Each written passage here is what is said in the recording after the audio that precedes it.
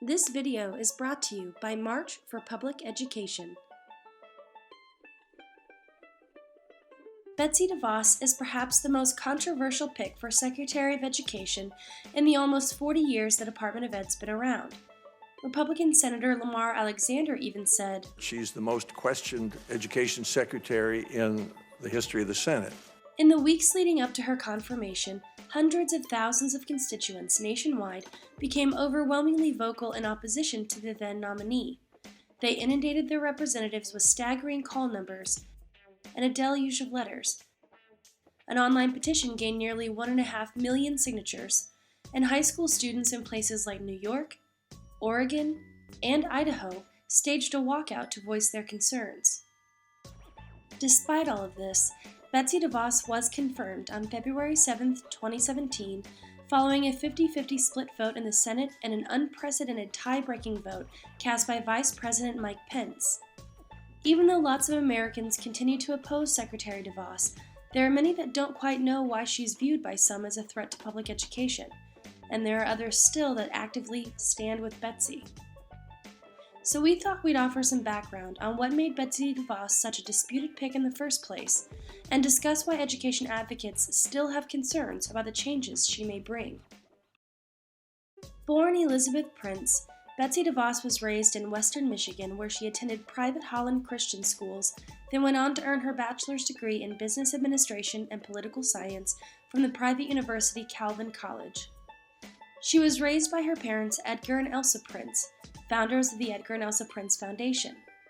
According to tax filings, Betsy Devos helped run her parents' foundation, an organization with a checkered history on civil rights that actively supports teaching fundamentalist Christian tenets in public schools. Secretary Devos claims she wasn't involved with the foundation, and in her testimony about these tax filings, she said, "That was a clerical error." But she has a demonstrated interest in dissolving the line that separates church and state. At a 2001 meeting of The Gathering, an annual conference of some of the country's wealthiest Christians, she defended her efforts to change Michigan law so it would allow public dollars to be spent on private religious institutions, so they could use the funds to confront the culture in which we all live today in ways which will continue to help advance God's kingdom. Then she was asked, why get involved in public education? Why do those things? She replied that she was more interested in getting greater kingdom gain in the long run by changing the way we approach things, in this case, the system of education in the country. According to the Pew Research Center, roughly 30% of Americans are non-Christian. But even if that weren't true, the Constitution specifically established a division between the interests of any church and the legislation of the government. It's literally a foundational American ideal. Having an education secretary that's faithful isn't a problem, but trying to use federal and state tax dollars to fund faith-based education is. In 1980, Betsy married Dick Devos, affluent son of Amway co-founder Richard Devos. The wealth she and her husband have amassed has been at the center of many opponents' arguments against the secretary, especially since she and her family, as well as her PAC, have contributed large donations to members of the Senate Help Committee, the same committee which voted to push her confirmation forward.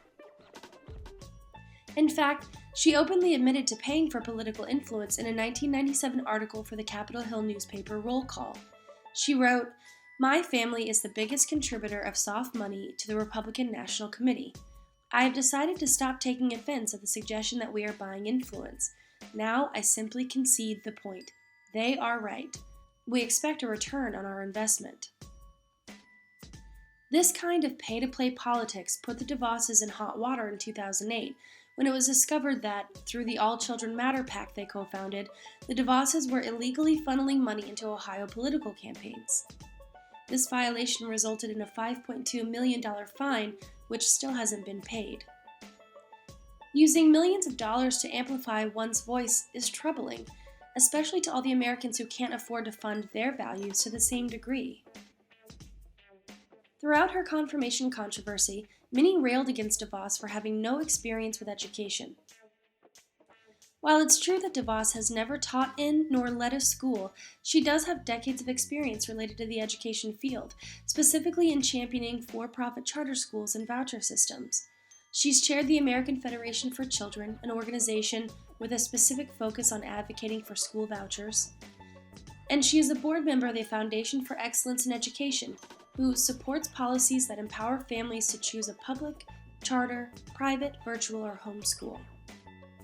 To understand why public school supporters have such reservations about Secretary DeVos's advocacy for for-profit charters and vouchers, we can look to the brand of school choice she brought to her home state of Michigan.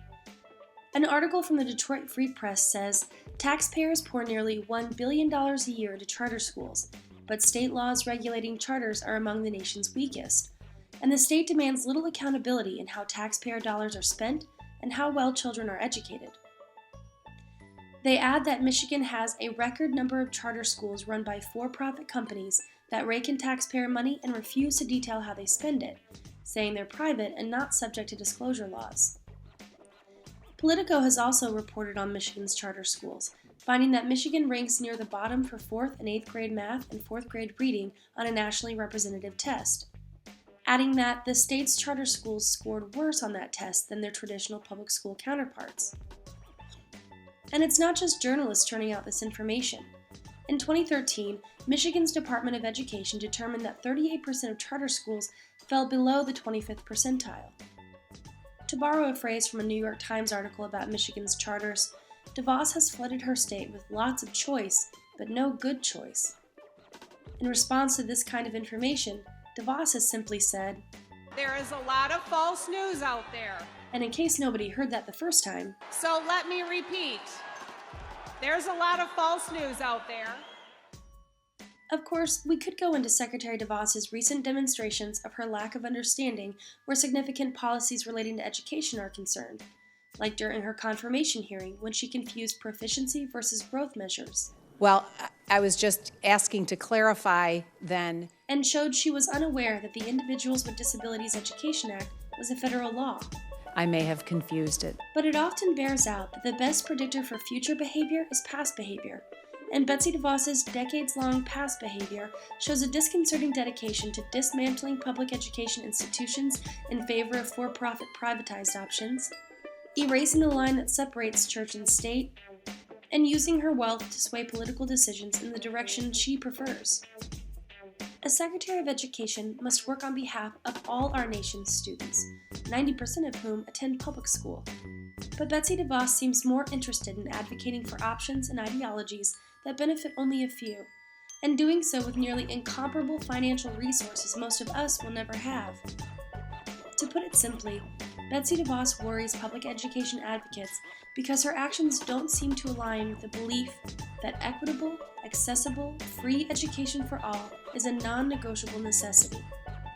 It's for these reasons we say DeVos wasn't the right choice for schools.